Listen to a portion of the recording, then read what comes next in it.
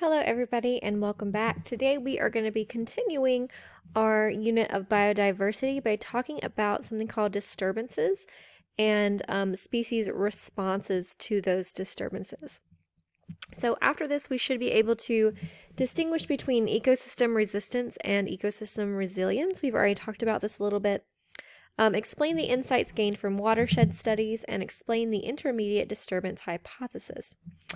So ecosystems are affected differently by disturbance and in how well they bounce back after the disturbance. So a disturbance is an event caused by physical, chemical, or biological agents resulting in changes in population size or community composition. So a disturbance can be anything from a volcanic eruption to a hurricane to,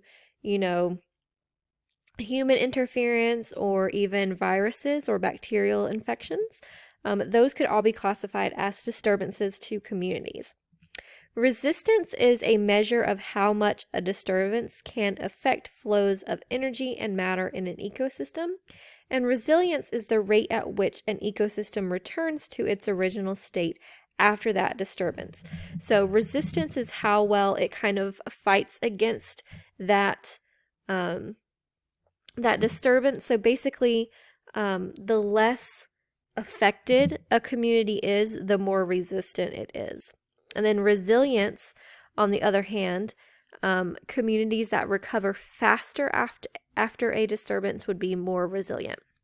And then restoration ecology is just the study and implementation of restoring damaged ecosystems.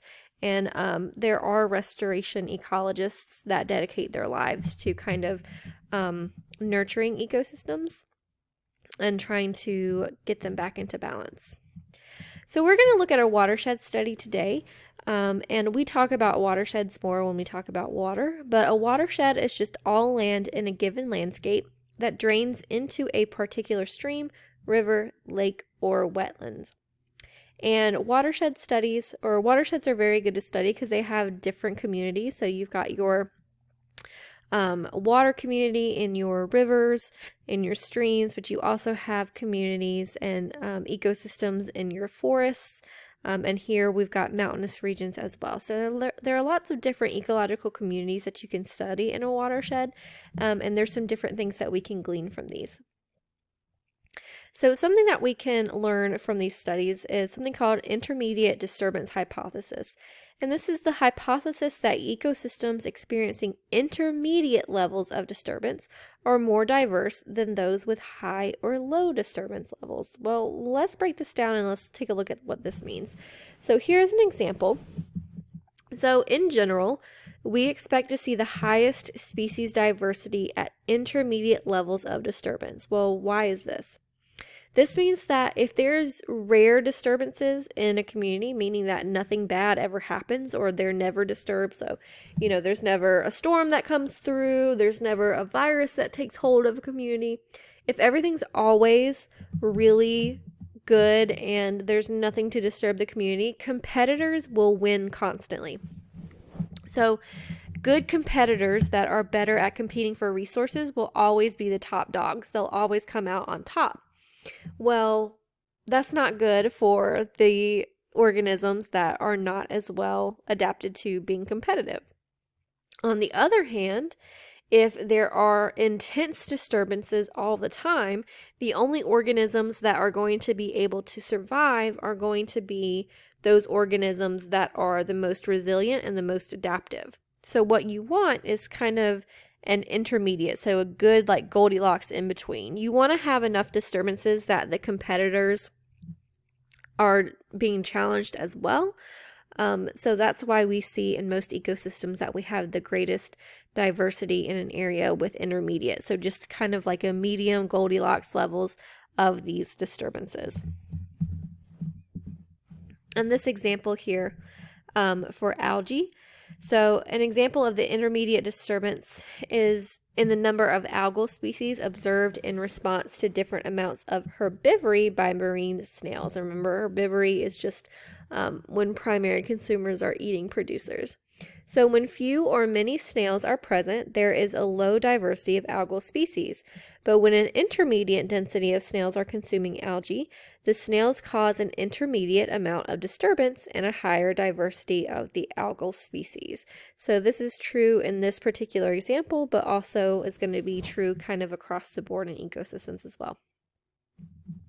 So now that we've talked about kind of just an intro to resilience and resistance, we're going to talk about something called succession here. So after this, we should be able to explain the process of primary succession, explain the process of secondary succession, explain the process of an aquatic succession, and describe the factors that determine species richness in a community.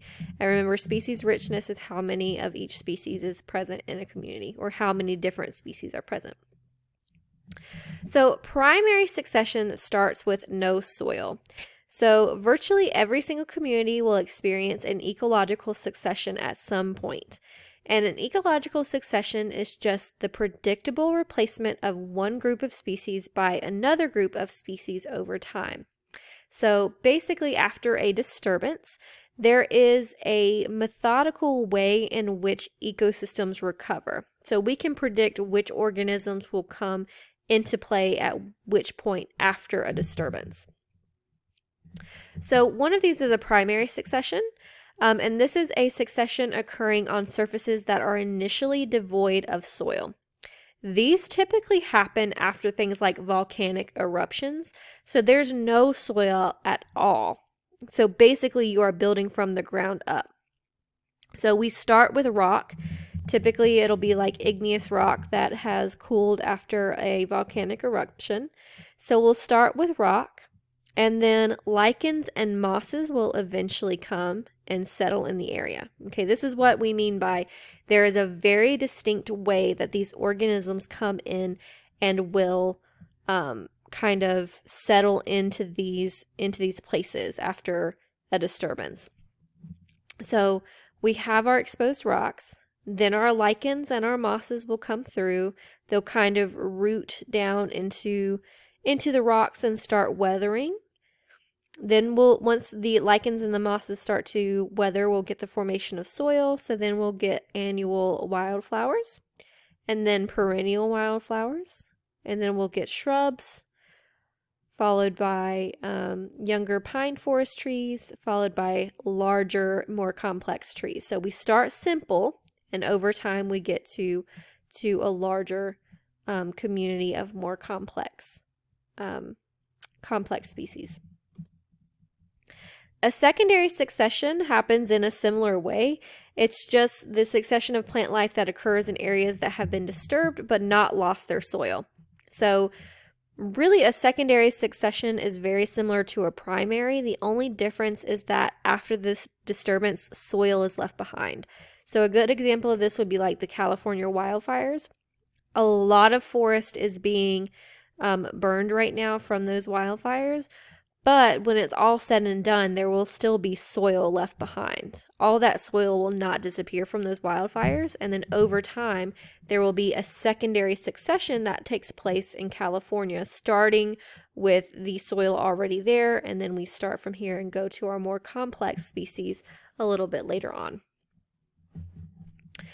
So this is a succession that occurs in aquatic ecosystems.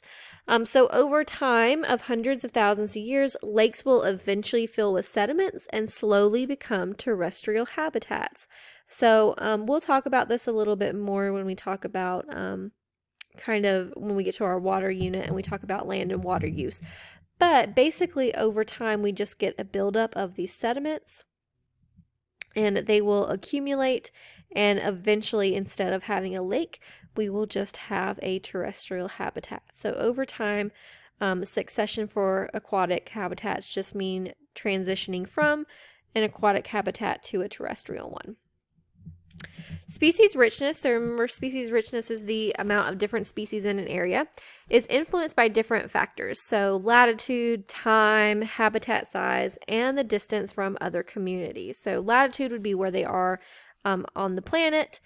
Time, so seasonal factors. Habitat size, how many resources do they have? and then how far are they from other communities that might compete with them. So just a recap of our island biogeography. This is just the theory that demonstrates the dual importance of habitat size and distance in determining species richness. So again, this theory just summarized that larger islands that are closer to a mainland will experience higher rates of biodiversity. So we'd have more immigration the closer the island is to land, and we'd have more organisms being able to settle in larger islands that have the most have the most resources. Okay. So that was just a quick recap, and that is it. All I have for primary, secondary succession, and disturbances. If you guys have any questions, let me know, and if not, I will see you in the next one.